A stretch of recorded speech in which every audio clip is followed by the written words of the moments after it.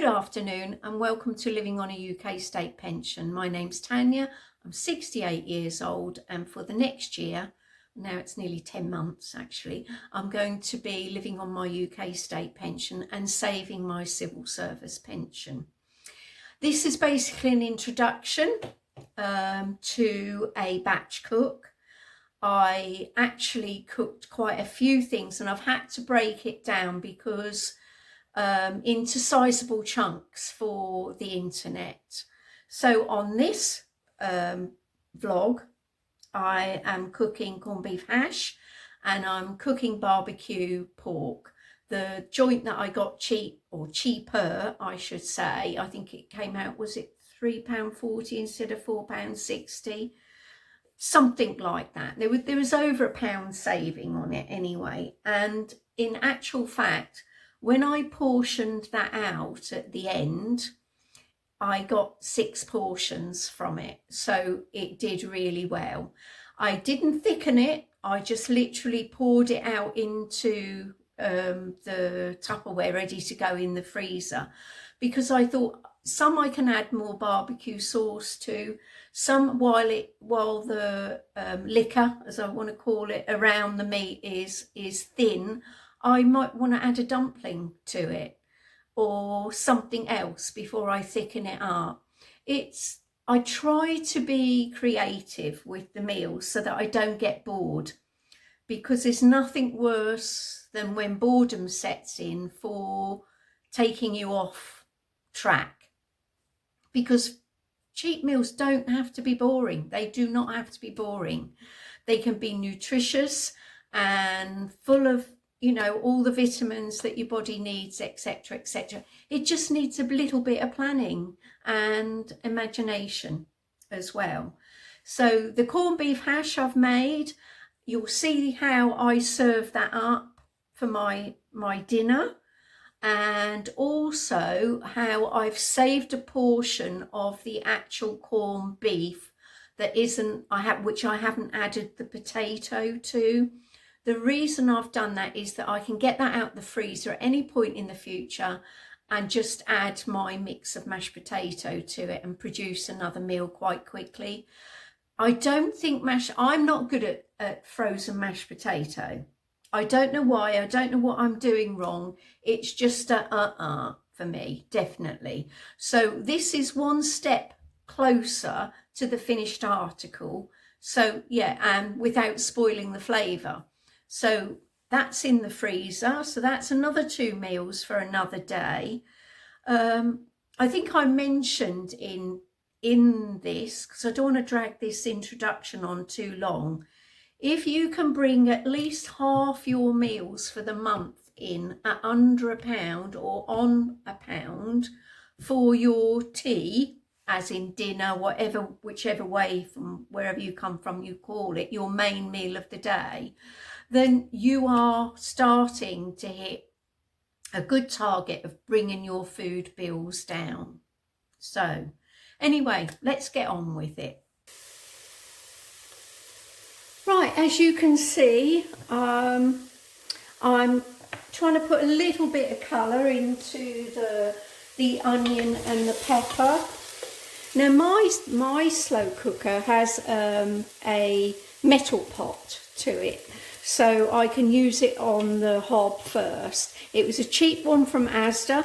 I think it was about £21 about 3 years ago, because my other one, I did have a pottery one, you know, with a proper clay pot inner, but it just cracked one day, completely cracked, and yeah, it leaked out everything into the bottom of all the, you know, the mechanism of the slow cooker.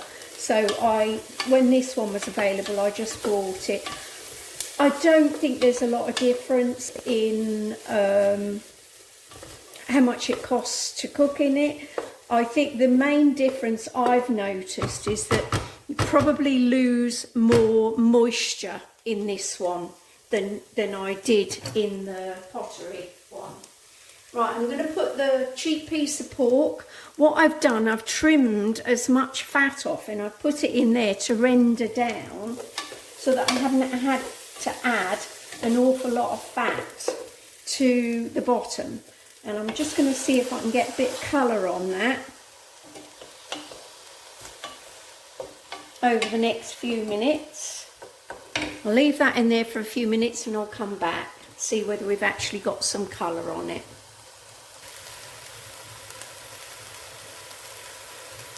And that's colouring up nicely.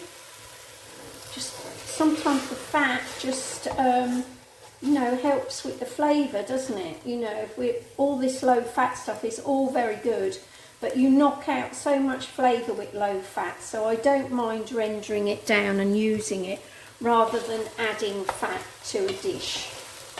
So that's coming along nicely. So next, I am going to add in here, I've got a level teaspoon of cumin, a level teaspoon of smoked paprika and a level teaspoon of garlic granules. The reason I haven't gone too heavy on any of these is that I'm going to be adding some of this, which is, it's the Lidl barbecue sauce. So I'm going to add a little at a time and then add more when it's cooked, basically. So here goes the spices. That's good. That's that. Cook them in.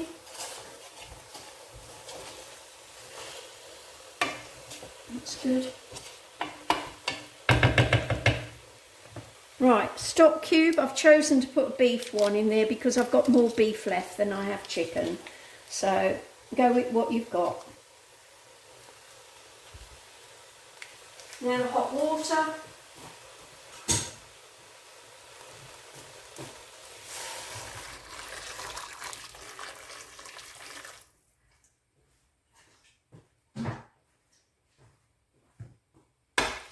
I might have to add more during the cooking process, but I get this pushed down. Now I've been out to the freezer this morning and I've brought in some of my carrot and swede that I prepped before Christmas to go in the freezer. I mean, that's only about half a bag of what I had, and yeah, so that's going in. Oops, what's that gone down the side? Get those in.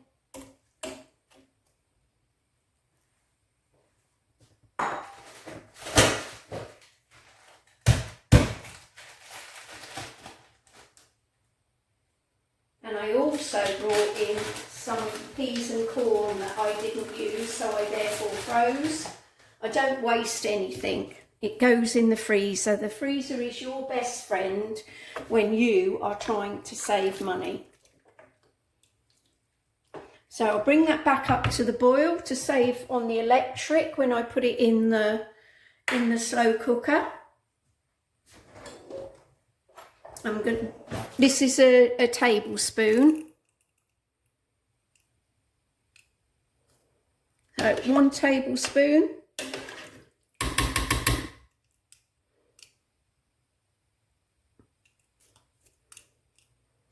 2. And that'll do for now.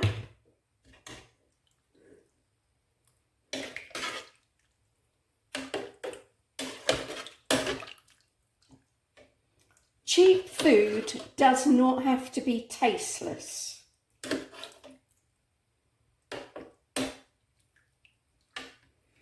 So that's that. Wait for that to come back up to the boil. And I'll just season it before. I'll put the lid on, let it come back up to the boil. What's that pink thing over there? What's that? Oh, it's a bit plastic. Where does that come from? I can only presume inside the lid of the herbs and spices. That's it, just a little bit of seasoning at the moment, and the lid can go back on. bring it up to the boil, and then I'll transfer that into the slow cooker basically.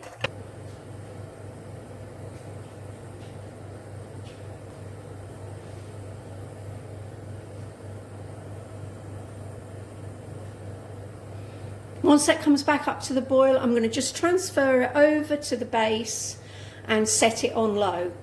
So, and then leave it to do its own thing. Just keep an eye on it, because pork doesn't actually take that long to cook. So possibly, I'll check it in 3 hours and see if the meat is ready for shredding. Because don't forget, I'm not wasting time with this metal pot bringing it up to heat, so that might just be enough to actually cook the pork. So right, in the pan underneath, before I added the veg to it, I've rendered down the fat that's on the outside of the corned beef. When you take it out of the tin, I've literally scraped all the fat off so that I haven't got to add that much fat. Stop making noises, Bertie.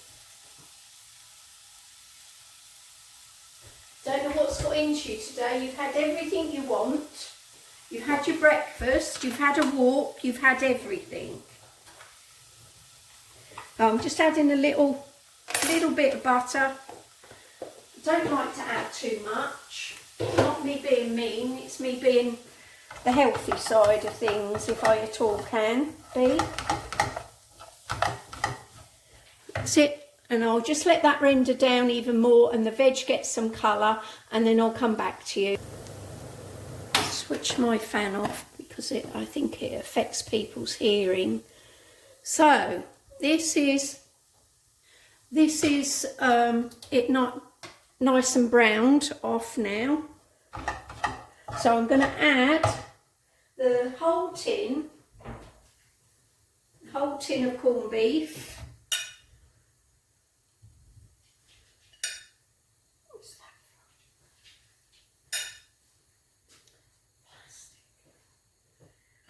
Paper off the label.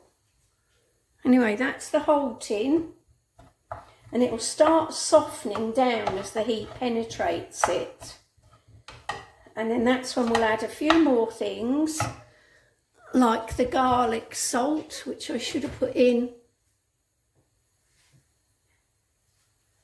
I should have put in sooner.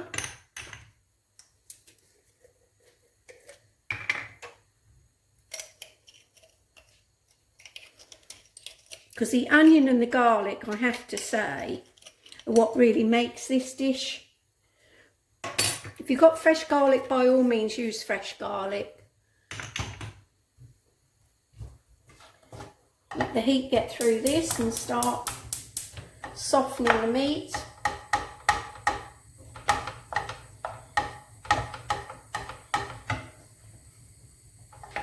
Now in this pan I have cooked swede carrot, sweet potato, and sweet carrot, sweet potato, and normal potato. It's because it reduces the overall carb content, because I have to watch my carbs. I try and keep it down by mixing other veg in with the potatoes.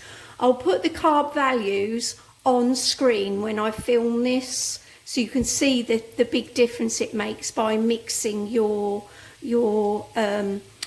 potato mix up, so to speak.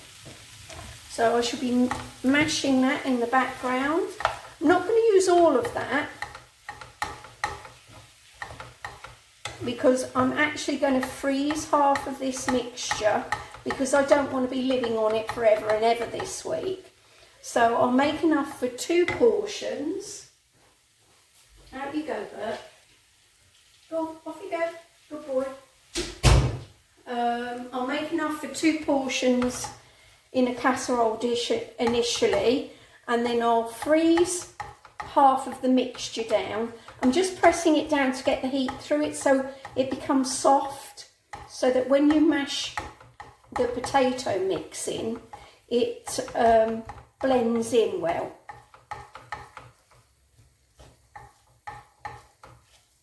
Keep mashing, turn that up again.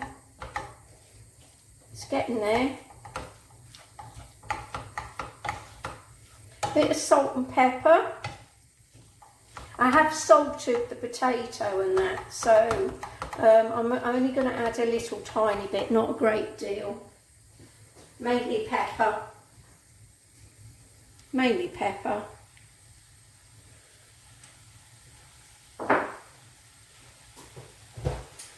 And the only thing I use tomato sauce for, because I'm not a tomato sauce person, it will go into this dish in a minute.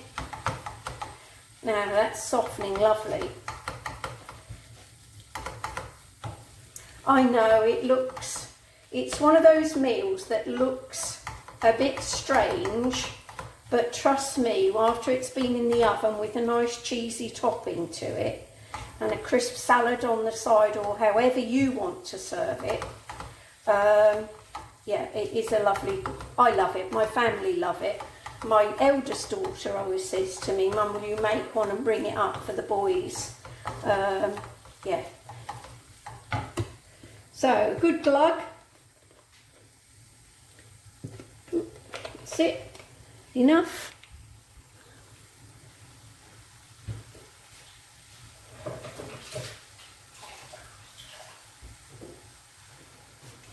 I suppose that's about 2 tablespoons.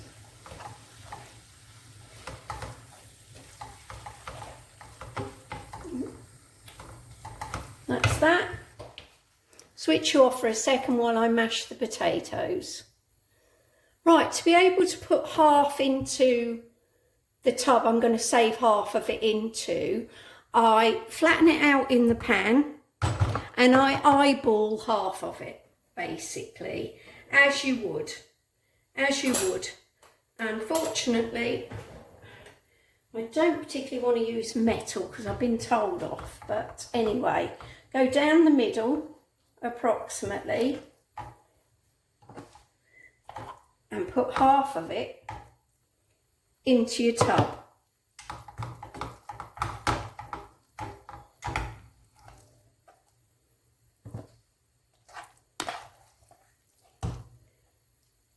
I think that's it. I think that's not far off indeed. So that's that. That can be cooling. Right, spread this out because I'm going to add the potato a little bit at a time. Because as I say, this isn't all for this. This is just for, and I'll get the size because I know this serves me twice adequately. This size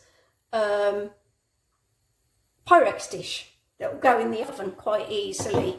So yeah, let's spoon some in at a time and then mix it through. The rest I'm just going to put in the fridge to be able to have with various meals, like when the pork is cooked that I said I was going to do in the slow cooker, that it's actually sitting on the side bubbling away now nicely. So saves me cooking any potato. I've just got to get some veg out for it to do. Just mix it round.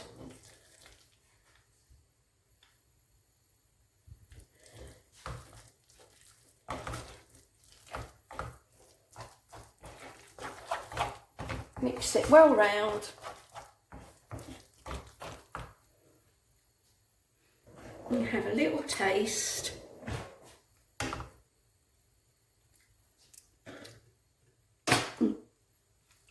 Yep, that is nice. I think I might put one more spoon in. Ooh.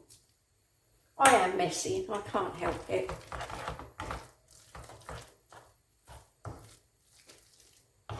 Right, I think we're cooking on gas now. I think that can go. I've switched everything off. Get my trusty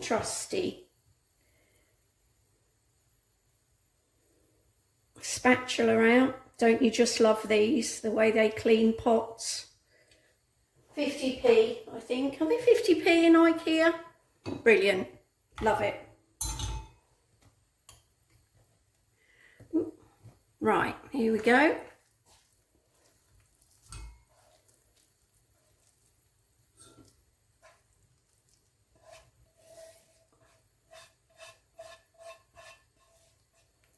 Now this dish of mine, which was my dad's, he had a set of 2 and I use them all the time. All the time. They are such a great size for me because whatever I make in them does me twice. I'll just flatten that out. Right, there we are, all done.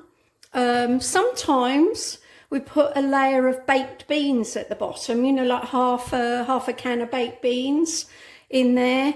But this time I've done the whole thing as corned beef hash. I'll put a layer of cheese on it before I put it in my air fryer, and that will do me 2 days with a lovely salad or some roasted carrots and bits and pieces on the side. But yeah, that is, I hope you try it. You know, from the humble tin of corned beef at £2.15 a tin, that was the cheap one, but I can get that for the same price in Clacton, and get a better make for the same price. It's just that we don't have a farm foods here where I live. So yeah, I'm going to have to learn to stock up on their corned beef when I'm over there next month, and I've got my budget back on track. But yeah, with the cheese on top and the salad in the air fryer for probably 20-25 minutes, with the last 5 minutes being relatively high, so that you crisp it. If you don't add cheese and just crisp the top, that is lovely as well. You don't have to add cheese, you can just have it so that the top crisps over. So that's corned beef hash, dish number 1. In the background is the first one I made, sorry, dish number 2 is corned beef hash. In the background, the pork is still cooking away, and I'm already prepping the veg for the soup. So yeah, we're getting there. Hello, just me again, just to show you the finished article of the pork joint that I cooked. I added a tin of baked beans when it was cold, when it had cooled down, and I am going to split that initially into 4. If I can get 5 portions out of it, all the better, because obviously it'll bring the price down. When I had the oven on today, I heated through my corned beef hash, and I shall be serving that up very soon. I put an additional, I always put a baked potato in so that to make use of the oven. This is my tea loaf, but I grated the chocolate instead into the mix and put a spoon of cocoa powder in there as well. So I'm hoping with the fruit and the chocolate having been blended into it, that it's just got that little bit of sweetness. And basically that is my mix ready to make some more coleslaw to have on the side. I'm literally gonna, I've just not long taken the corned beef hash out of the oven, so I shall pop it back in the remaining heat while I make the coleslaw and a little bit of salad up. And I may put a photograph on the end so you can see what my tea was like. The soup is in the fridge ready to see me lunchtimes. All I'll do is put a portion into the pan and heat it through for my lunch, and it's gone lovely and thick. So I hope you've enjoyed this batch cook. It's certainly worth doing, because I don't think next week I'm going to have to think about any food at all. This will see all the bits I've cooked, will see me through this week, and then next week when I get paid my state pension, I think basically I can live out of the freezer for at least 75% of the time, because there's more than enough stuff in there. More than enough stuff, and I really need to use it up. I shouldn't have bought the pork joint. I should have used the one that was in the freezer, but you know, I'm in the mode of saving money, and that's what happens. But thanks for joining me. I just thought I'd show you how it all turned out. So carry on batch cooking. It's definitely worth it.